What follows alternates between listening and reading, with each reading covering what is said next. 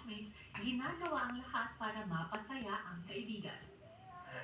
Papet? Parang hindi ako maiyak po. Sige na. Malaya ka. Jenny, success! Napatawa mo si Fian. Ano kaya ang laman ng itim na kahon at envelope sa nakita ng ating mga housemates at paano kaya patuloy na dadamayan si Fiang ng kanyang mga kasama sa pinagdadaanan niya sa kanyang puso? Yan ang ating tututukan.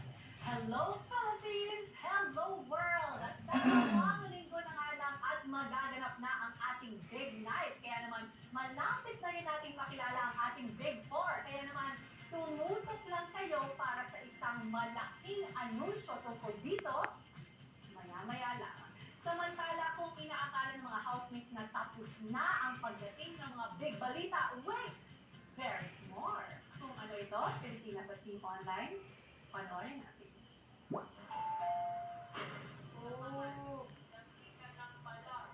Oh my God! Tatalo ng tatlo.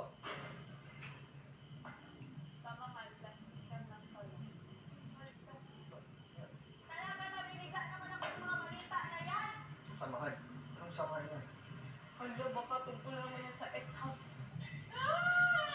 Confirm! Akin na! Confirm! Ano yan? Confirm! Samahan. Samahan, samahan ba yan? Ano yan? Sa loob, sa labas. Yan, hello.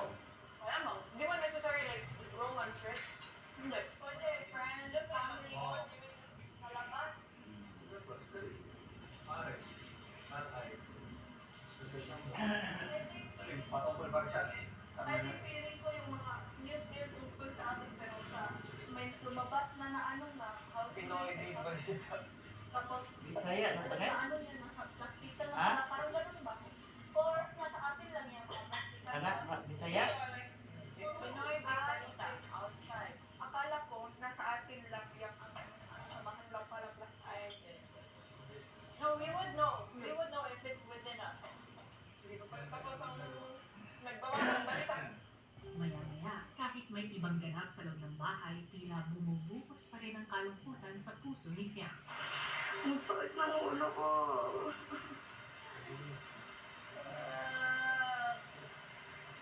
Ano siya bagay sila sa akin? Tears of Gloria.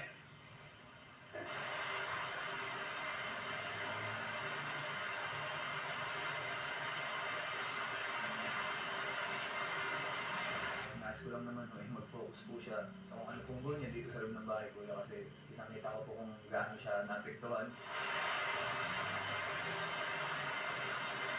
Takes time naman po kuya para mag-heal. Ang pinakakailangan lang po niya, magkaroon po sila ng closure kuya. Makapag-usap po sila.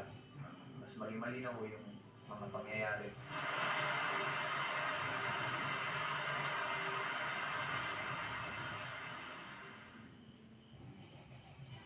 Ilang saglit pa ay pinatawag na muli ang lahat sa living room. Nasa living room na ang mga itim na envelope na naglalaman ng total points na nakuha ninyo mula sa lahat ng nominasyon. At ito na ang oras para buksan nyo ito. Then, pauna. Kuya. Expected ko rin naman po na makakuha po ako ng boto sa nominasyon. Nagpo rin naman po sa sarili ko may mga nagagawa po hindi maganda dito sa loob ng bahay. So, ang susunod ka. So, at sa daming points na nakuha ko, aba, ang dami ko nang nagawa pala dito. I guess, talagang nagpakatotoo ako dito sa bahay ni po Kuya as a housemate. So, ang susunod, Colette. 26. Ang laki pala sa akin. Yung 26 points, kuya, siguro po, kuya, sa tingin po sa akin, kuya, ng mga housemates, kuya, at sa mga pagkakataon po na mga hindi ko makontrol yung emosyon ko, kuya. JB. Malaman ko na mabuti pala yung perception ko sa akin ng mga tao dito po. Kilala ko. Yan.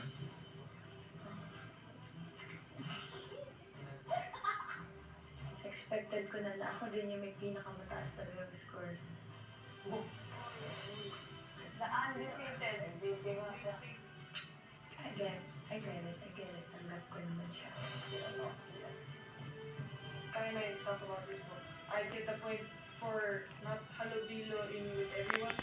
Housemates, Kuya. tingnan ninyo ng mabuti ang mga numero na hawak ninyo. Intindihin nyo ng mabuti ang halaga ng puntos na yan. Isa-isa rin ibinigay ni Kuya sa mga housemates ang isang importanteng tanong. Ito na ang taktong panahon para malaman mo ang katotohanan kung sino ang mga nagbigay ng puntos sa iyo. Ang tanong, gusto mo bang malaman ang katotohanan? Ako kuya. Ako po eh. Opo, kuya. Gusto ko po. Yes po, kuya. Siyempre, kuya. Opo, kuya. Kuya, nandito naman ako eh. Why not? Sige po, gusto ko pong malaman. Maya-maya pa ay muli na nilang narinig ang hudya. Housemates, ang black box na ito ay naglalaman ng 6 na envelope. Isa-isa ko kayong tatawagin para kunin ang inyong kanya-kanyang envelope. Sa puntong ito, lahat kayo ay pumasok sa living room. Doon nyo malalaman ang katotohanan. Babasahin nyo kung ano ang nilalaman ng inyong envelope. Sisimula tayo sa iyo, Jay. Nagbigay ng puntos kay Kai 1 point because there are instances where he's serious during times where we have to be serious. Nung 6th nomination, 1 point ulit. Nung kailangan magseryoso, nagpapatawa po siya sa ibang housemate. At nung 7th nomination, 1 point ulit. Hindi pa rin siya nagseseryoso. Ayun, consistent ah. Naiintindihan ko po kung paano sila naapektuhan sa pagbibiro ko kuya or pagsiseryoso ko po. AP, 7th nomination, yung weekly task hindi na sineryoso. May gulat po akong naramdaman kasi isa po yung naging basehan nila. Kai. Kuya JM, sa 5th nomination. 1 point, unbothered po siya. Strong po ang personality niya at madiskarte yung bata. Aba, parang compliment to. 9th nomination, 2 points. Naging maingay at nakakarindi na. Ate Colette, matagal siyang mag-shower. Nauubusan ako ng oras sa shower call.